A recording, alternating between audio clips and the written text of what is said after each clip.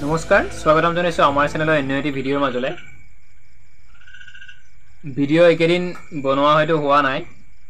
কাৰণ দিনত সৰু সুৰা কিবা কামত ব্যস্ত হৈ থকাৰ বাবে আজি ৰাতি হলেও ভিডিঅ'টো বনাইছো এই কাৰণে ভিডিঅ'টো বনাইছো সিএম ছাৰে আজি 1 উইক মান আগত এসপ্তাহ মান আগত তেওঁ এটি ঘোষণা কৰিছিল যে কমান্ডো বেটেলিয়ন আৰু ফৰেষ্ট গাৰ্ডৰ 600 পোষ্ট আৰু কমান্ডো বেটেলিয়নৰ কিবাখিনি পোষ্ট তেওঁ মুকলি কৰাৰ কথা ঘোষণা কৰিছে হয়তো 2024 ৰ শেষত বা 2025 ৰ আগত তেওঁ সেই পোষ্টখিনি কমপ্লিট কৰিব কিন্তু ভিডিঅ'টো এইটো কাৰণে বনালো আজি ৰাতিপুৱা ওলাই গৈছিলো দৌৰিবৰ কাৰণে ৰাস্তাত তো আগতে যিখিনি আছিল কেণ্ডিডেট আমাৰ দৌৰি থকা আমাৰ লগৰ আমাৰ অঞ্চলৰ আমাৰ গাঁৱৰ ফিল্ডৰ অৱস্থা একদম নাই খেলপথাৰৰ অৱস্থা বেয়া সেইটো কাৰণে ফিল্ডত বাৰু কেণ্ডিডেটখিনি যোৱা নাই সেইটো কাৰণে দুখ নাই তেওঁলোকৰ কাৰণ বানপানীৰ কাৰণে ফিল্ডসমূহ একদম বেয়া হৈ আছে লং জাম্প মৰা জাগাৰ কোনো চিনচাপ নোহোৱা হৈ গৈছে আৰু ফিল্ডত যিখিনি জেগাত দৌৰি থকা যায় সদায় সেই জেগাখিনিত বোকা পানী বহুত তো সেইটো কাৰণে দৌৰিব পৰা নাই ঠিকে আছে কিন্তু ৰাস্তাত তেনেকুৱা ধৰণৰ কোনো একো হোৱা নাই আজিকালি সকলো ৰাস্তাই পকা ৰাস্তা তো আজি পুৱা মই গৈছিলোঁ ওলাই দৌৰিবৰ কাৰণে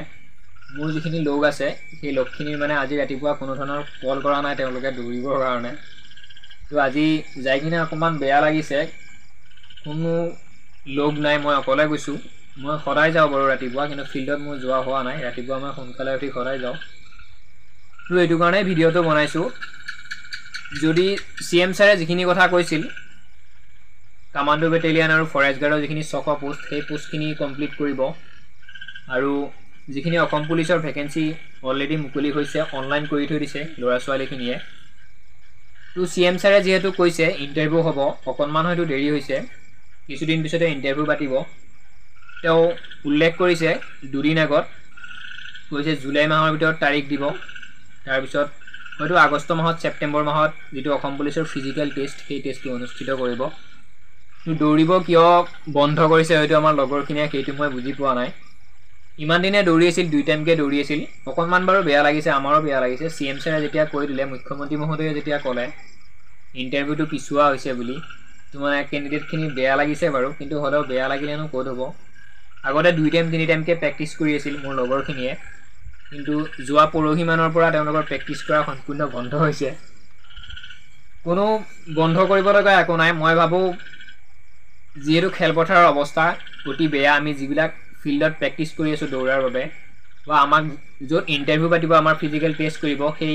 ইণ্টাৰভিউ পতা ফিল্ডবোৰৰ অৱস্থা এতিয়া বহুত বেয়া সেইটো কাৰণে ইণ্টাৰভিউটো পিছুৱাইছে এইটো কোনো ধৰণৰ চৰকাৰৰ দুখ নাই বা সিএম ছাৰৰ কোনো ধৰণৰ দুখ নাই তেওঁ ইণ্টাৰভিউ পাতিবৰ বাবে অলৰেডি সাজু আছোঁ বুলি কৈছে সেইকাৰণে তেওঁৰ গাত দুখ নাই কোনো কেণ্ডিডেটে হয়তো মন মাৰিব নালাগে যে আগষ্ট মাহত ইণ্টাৰভিউ নহ'ব বুলি তেনেকুৱা ধৰণে ভাবিব নালাগে হয়তো আগষ্ট মাহৰ ভিতৰত ইণ্টাৰভিউ হ'ব জুলাইত তেওঁ তাৰিখ দিম বুলি কৈছে তো ৰিকুৱেষ্ট কৰিছোঁ সকলোৱে সাজু হৈ থাকক দৌৰি থাকক ফিজিকেলি প্ৰেক্টিছ কৰক সদায় আমিও প্ৰেক্টিছ কৰি আছোঁ বাৰু অকণমান দুখ লাগিছে আমাৰো ইণ্টাৰভিউটো বেক কৰা বুলি শুনা পাই আৰু ময়ো চাইছোঁ নিউজ হয়তো ভিডিঅ' আপলোড কৰিছিলোঁ মই আমাৰ চেনেলত গতিকে অনুৰোধ কৰিছোঁ সকলোৱে কোনেও যাতে প্ৰেক্টিছ কৰা কমাই নিদিয়ে কাৰণ নিজৰ এটা সপোন অসম পুলিচৰ চাকৰি লোৱাটো আমাৰো সপোন আছে তো আমিও প্ৰেক্টিছ কৰি আছোঁ মই ভিডিঅ'টোৰ জৰিয়তে এইখিনিকে ক'ব বিচাৰিছোঁ কেণ্ডিডেটখিনিক যাতে কোনো কেণ্ডিডেটে প্ৰেক্টিছ কৰা কমাই নিদিয়ে জুলাই মাহটো আপোনালোকে যদি প্ৰেক্টিছ কৰে আগষ্ট মাহৰ 15 তাৰিখৰ পিছত 15 আগষ্টৰ পিছত হয়তো ইণ্টাৰভিউ হ'ব তেতিয়া আপোনালোকৰ সুবিধা হ'ব যেতিয়া আকৌ এতিয়া বহি দিয়ে কেণ্ডিডেটখিনি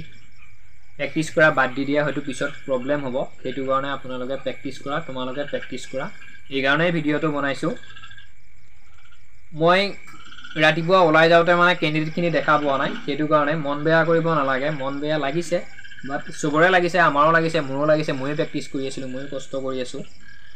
সেইটো কাৰণে ভিডিঅ'টো বনাইছোঁ সকলোৱে ৰানিং কৰিবা সকলোৱে প্ৰেক্টিছ কৰিবা চিন আপ প্ৰেক্টিছ কৰিবা এভৰিথিং ক্লিয়াৰ ৰাখিবা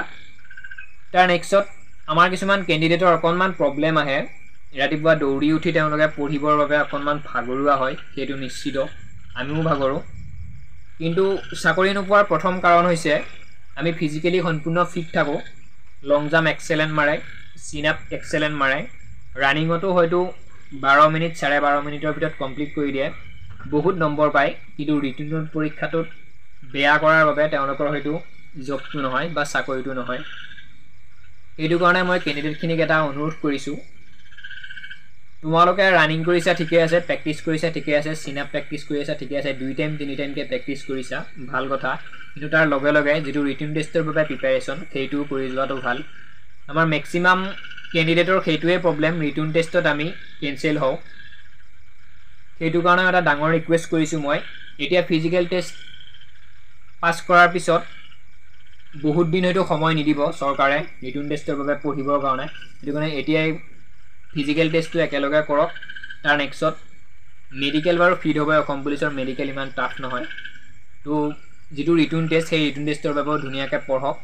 আৰু নিজৰ সপোনটো পূৰণ কৰক ভিডিঅ'টো এইকাৰণেই বনাইছোঁ মোৰ লগৰ বহুত আছে লগৰখিনিৰ মানে প্ৰব্লেম সেইটোৱেই ফিজিকেলত ভাল নম্বৰ পায় 30ৰ ওপৰত নম্বৰ পায় 36 37 পায়ো যোৱাবাৰ যিটো হৈ গ'ল ৰিক্ৰুইটমেণ্ট সেই ৰিক্ৰুইটমেণ্টৰ পৰা তেওঁলোক কেঞ্চেল হৈছে বহুত নম্বৰ পাইছিল তাৰ ভিতৰতো তেওঁলোকে পৰা নাই এইটো কাৰণে পৰা নাই ৰিটেন টেষ্টত তেওঁলোকে বেয়া কৰে নপঢ়ে ফিজিকেলি যিমান প্ৰিপাৰেশ্যন কৰি থাকে যিটো মেণ্টেলি প্ৰিপাৰেশ্যন কৰিব লাগে আমাৰ যিটো এডুকেশ্যনৰ যিটো আমাৰ শিক্ষা বিভাগৰ ফালৰ পৰা যিটো প্ৰিপাৰেশ্যন কৰিব লাগে পঢ়িব লাগে সেইটো মানে তেওঁলোকে নকৰে কেৱল ফিজিকেলৰ প্ৰেক্টিছ কৰি আছে তাৰ পৰা আহি ৰানিং কৰি আহি হয়তো নপঢ়ে ভাগৰ লাগে হয়ও বাৰু ভাগৰ লাগে কিন্তু যদি সপোনটো পূৰণ কৰিব বিচাৰিছে কষ্ট কৰিব লাগিব সকলোৱে পঢ়িব লাগিব ভিডিঅ'টো এইকাৰণে বনালোঁ CM ছাৰে কৈছেতো ইণ্টাৰভিউ হ'ব বুলি তেওঁ কথা দিছে গতিকে CM ছাৰে যিখিনি কথা আজিলৈকে কৈ আছে সকলোখিনি কথা তেওঁ পালন কৰি আছে তো সেইকাৰণে ভিডিঅ'টো বনাই দিছোঁ আপোনালোকে ৰানিং কৰা নকমাব প্ৰেক্টিছ কৰা কমাই নিদিব ধন্যবাদ জয় অসম